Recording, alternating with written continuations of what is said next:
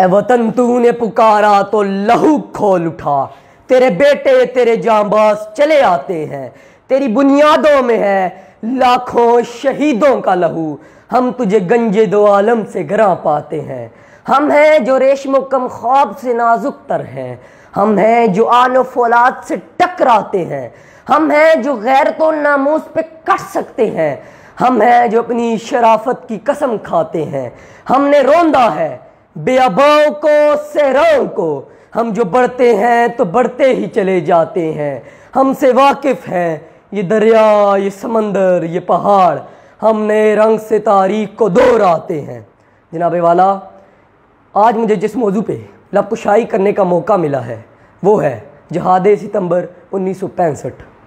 جناب والا، میں چند لمحوں کے لیے آپ کو جنگ ستمبر کے محاذ پہ لے جانا چاہوں گا۔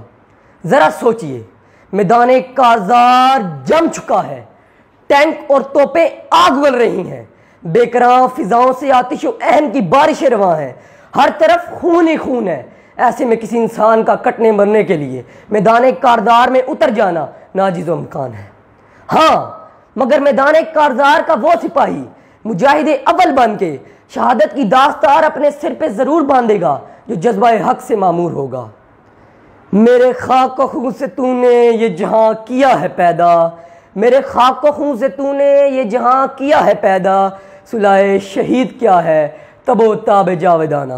جناب والا، میں اپنی گفتگو کا اختتام ان جذبات سے کروں گا کہ میرے کارواں میں شامل کوئی کم نظر نہیں، میرے کارواں میں شامل کوئی کم نظر نہیں، جو نہ مٹ سکے وطن پہ وہ میرا ہم سفر نہیں۔ کسی سنگ دل کے در پہ میرا سر نہ جھک سکے گا، کسی سنگ دل کے در پہ میرا سر نہ جھک سکے گا، میرا سر نہ رہے گا مجھے اس کا ڈر نہیں۔ والسلام۔